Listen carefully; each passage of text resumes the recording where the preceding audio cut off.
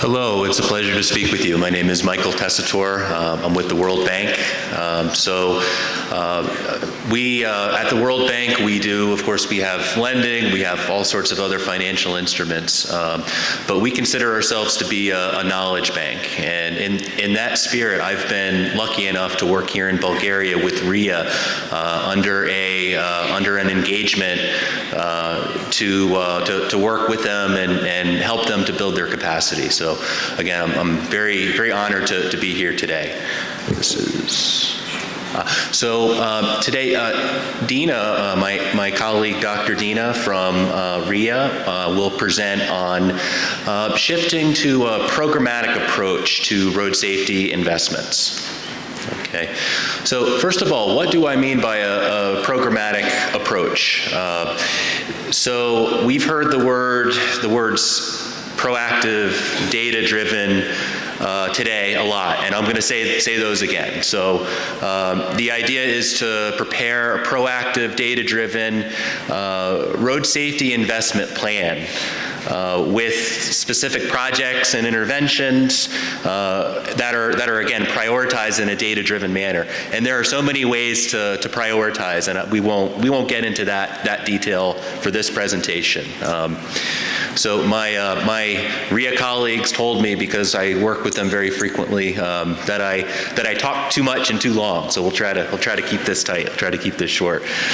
So I have worked with over 24 road agencies in many countries. So this is sort of my reflection of some of their challenges and the evolution of road safety investment strategies in different countries in Europe and South Asia and in the US.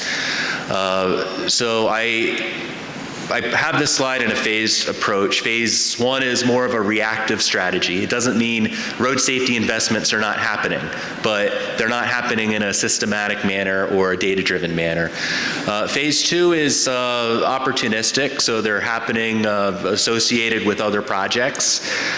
Phase three is, I think, where we all should strive to be, and this is more of a systematic, programmatic manner. And I'll explain a little bit of some of the advantages and disadvantages of these approaches. So again, the reactive strategy doesn't mean road safety improvements are not being done, but it's characterized by an ad hoc approach to decision making. So problems are they're just discovered. Maybe there's a traffic accident. Maybe somebody in the field office identifies the problems, and those problems are fixed. But the road agency personnel may try really hard, and they may do their best, but without a system in place to support them, it's very, very difficult. So with these, it's very subjective decision making. These decisions are difficult to defend, and that's a core challenge for road agencies all around the world when they have conflicting priorities.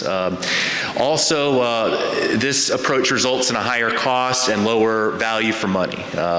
And finally, when you think of the big picture, what are we trying to do? We're trying to improve road safety outcomes, reduce fatalities. This approach is very slow, perhaps negligible. Okay. And this is a little cartoon I did about planning priority conflicts from the perspective of a road agency, because I worked within a road agency for 15 years, and I've worked with many other road agencies. So I think without this type of data-driven, systematic approach, this is what a road agency will hear. And it's very difficult when you have, these are just a few priorities, but there are many, many priorities. Some of them feel like they're conflicting. If you do more of one, you're blamed for not doing the other. So having a good system driven by data, objective decision making, proactive approach, all of these things help to make these decisions more defensible for the road agency, and ultimately they will help the road agency to deliver better service, which is their role. Phase 2 is, I think, a little bit better. It's an improvement, and that this is I call this an opportunistic approach to road safety investments. So road safety investments are generally made when a given road is rehabilitated. Road safety audits are done in many countries, and these can enhance the design, these can enhance the construction, and overall, this can dramatically improve safety for these particular corridors that are being rehabilitated. And it's very cost effective because you're lumping everything together with a project, with a larger project. A disadvantage, though, and I've seen this in several places, even in the road agencies where I used to work in the US, is sometimes you're not moving the needle very much, because sometimes it's just a matter of changing the color of the money, where we're restriping, we have a few new signs, we're replacing, and this is classified as a road safety investment, right? So we may not always be moving the needle as much. It's not targeted. Also, if you think about a system, if you rehabilitate every road in the network, it might take 15 to 20 years. That's a pretty long timeline to think about the impact that it could have on investments. I think we're losing the opportunity to go after some of the low-hanging fruits and have a stronger road safety impact.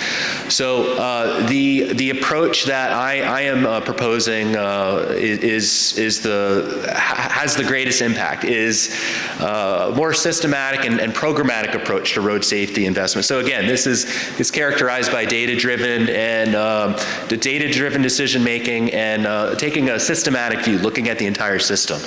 And the way this could look in practical terms is a combination of standalone road safety packages with other packages that are packaged together with rehabilitation type work, for instance. So advantages are maximize efficiency, good value for money.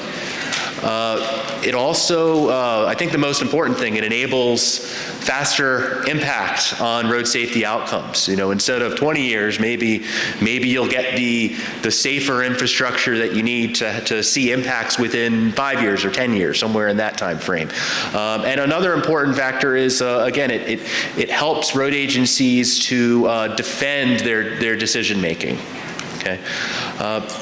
So the big question: how do we get there? And this is the little bit of a challenge, but I think it's achievable. So I think the most important point is financing. So having dedicated funding for road safety, not just a line item within construction or within maintenance, but a dedicated road safety funding item, preferably that is derived from a separate financing source. And there's 1,001 ways to do that, and that's not the focus of this discussion. But some countries have raised road safety bonds, and there's outcome bonds, and that's a whole nother discussion. Also, having the data and the system to support decision making. So I'm not going to go into details on the data types, but it could be road condition data, traffic data, crash data, and then I think more importantly, how do you bring all that together in a system in a way that allows you to prioritize? And there's a large number of commercially available products. In fact, we did a survey of those recently, but just having the money and the system and the data is not enough. And I think this is where a lot of road agencies stop, I found, and they're not successful because they don't do the next item, which is the need for the facilitating institutional environment.